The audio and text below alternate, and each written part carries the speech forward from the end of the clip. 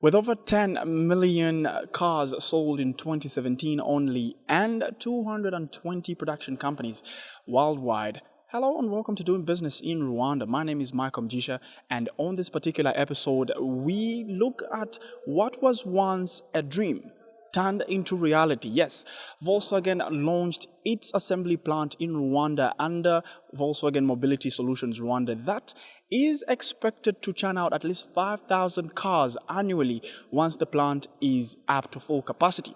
On this episode, we do speak to stakeholders to find out how much this will definitely contribute to the government's plan of creating at least 200,000 jobs annually off-farm and growing the country's economy. This is Doing Business in Rwanda.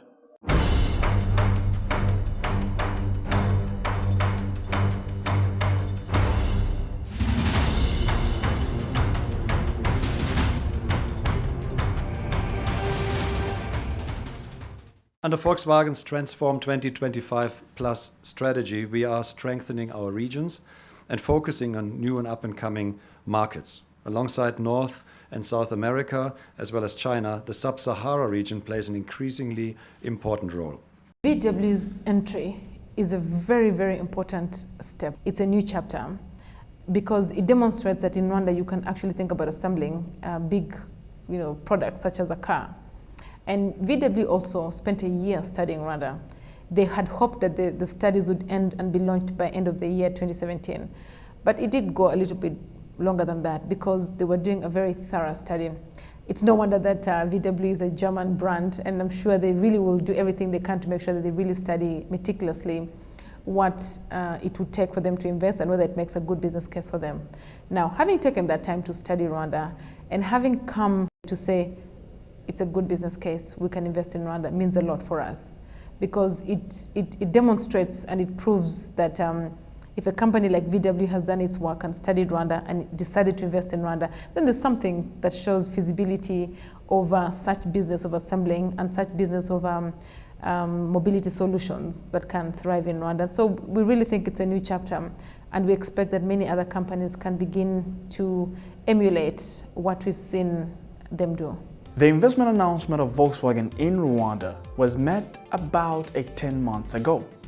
Now, since then, we saw a particular company, Automotive Lab, apply for a tender, compete with international companies, and win to provide mobility solutions platform for Volkswagen. Well, something we're very proud of and we're very happy about is how Volkswagen is open to work with local companies to achieve what they want to achieve. So with us, we're developing the software. There's something we bring to the table if we're local. We have the understanding. We're not the clients, we are the clients.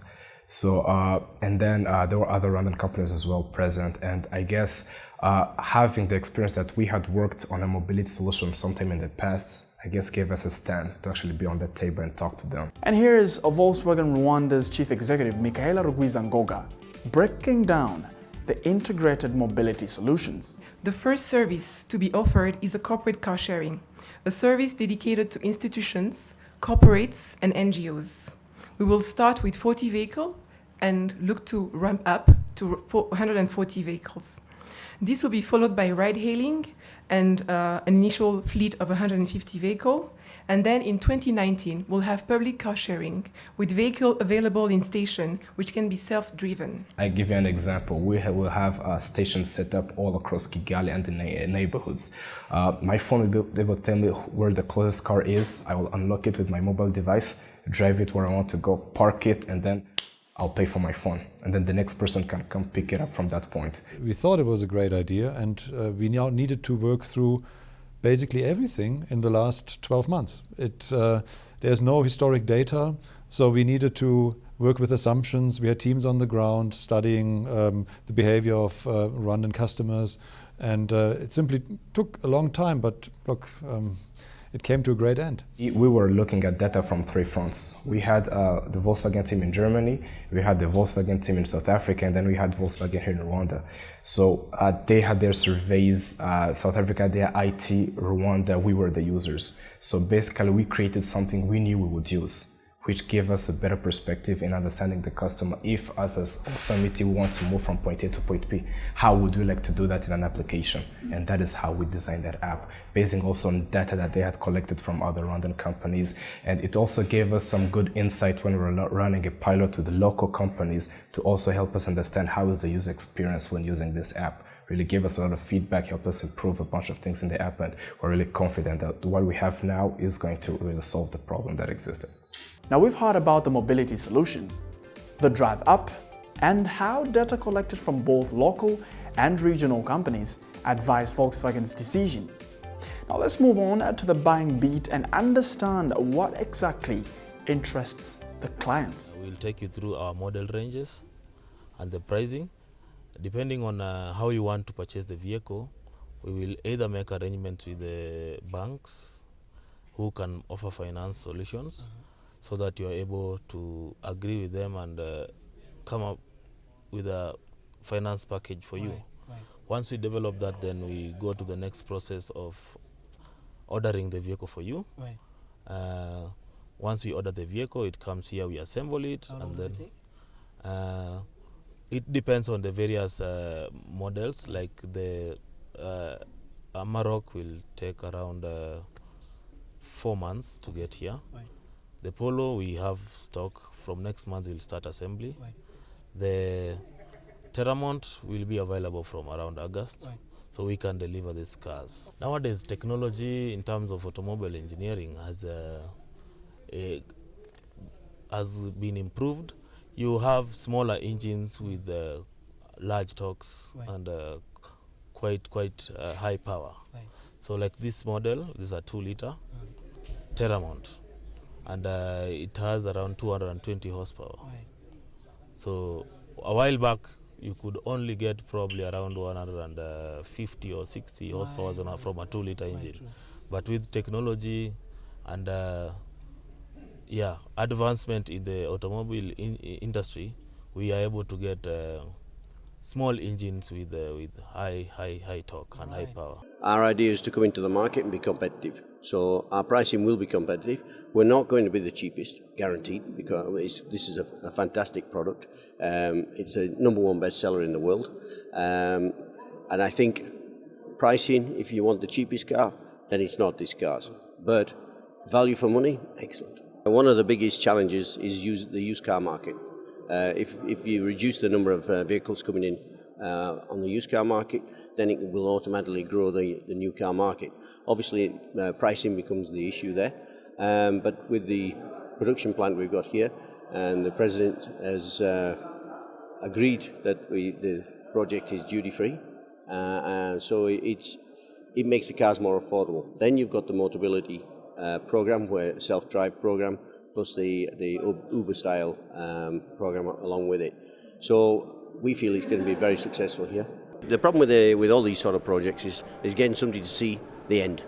The end game is what's the most difficult part, because they don't see this has got to be done, this has got to be done, that's got to be done. They see what they have to do. So once you get the vision of everybody understanding what needs to be achieved and by when, then everything starts to come together. And this right here is the 2018 Model 4 Polo Vivo, the very first car that was actually assembled right here in Kigali, Rwanda by Volkswagen Mobility Solutions Rwanda. Now these are expected on the market by mid-July, and one of them is going for at least $20,000 to $20,000. Now according to President Paul Kagame, global brands not only can produce high quality products in Africa, but also can find clients in Africa. He said this, putting in word that we as Africans deserve better than secondhand. Some might have found it hard to believe that German cars, as we are used to call them, could really be built in Rwanda. Yet today, the first vehicles are rolling off the assembly line. So it's a good story. Africa does not need to be a dumping ground for second-hand cars or second-hand anything. In the long run, you end up paying a higher price anyway. So if you can pay a high price for second hand, why not pay high price for something new? It's a simple choice.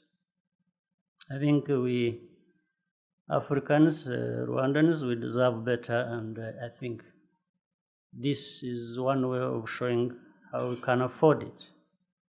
In the medium term, the only way for us in East Africa to move up the industrial value chain from assembly to manufacturing is to build an integrated regional manufacturing base. When we shift from a logic of competition to one of cooperation, but I think better still, the best way to put it is to bring together the two. Competition and cooperation, when they are brought together, everyone gains. If you want industrialization and you want jobs and you want to create an industry, you need to get rid of it. And there's been long talks within the EAC, within Nigeria has started a significant auto policy to reduce the importation and finally abolish it of used cars. South Africa, for example, has zero used car importation, zero. But they also have their own industry. We do about 700,000 vehicles per year production in South Africa, and 7 major big companies are producing cars in South Africa and exporting worldwide. So it can be done, just got to start somewhere. And the most important aspect is we are not just another ride-hailing company. These cars are first of all assembled in this country, and we own the cars.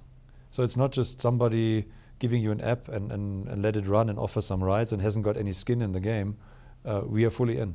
We own it. We employ the drivers. So it's a completely different, fundamentally different system to that. So we are fully committed to this. Now the taxi, you have a taxi industry, correct? But it is this whole transport sector is growing. I mean, when you look at how they've grown from within the last 2 years already, from about 500 taxis in Kigali to about 1,300 or what it was, can't remember the number. That can be integrated. So it's taxi drivers today drive old cars. Why don't you get them into a new car, into a Volkswagen, made in Rwanda, and position this country when you land in Kigali and you see your exhibition center. This country is so organized, so green. Why not with transport? And that's what we're coming in with. From an announcement 18 months ago to an assembly plant standing firmly today in the Kigali Special Economic Zone, this is where we leave it for this episode of Doing Business in Rwanda. If you do have any feedback to this episode of Doing Business in Rwanda or any other, be sure to send us an email to dbir@abn360.com or tweet us at dbirwanda. My name is Michael Mjisha, and from the entire Doing Business in Rwanda team, thank you very much for watching.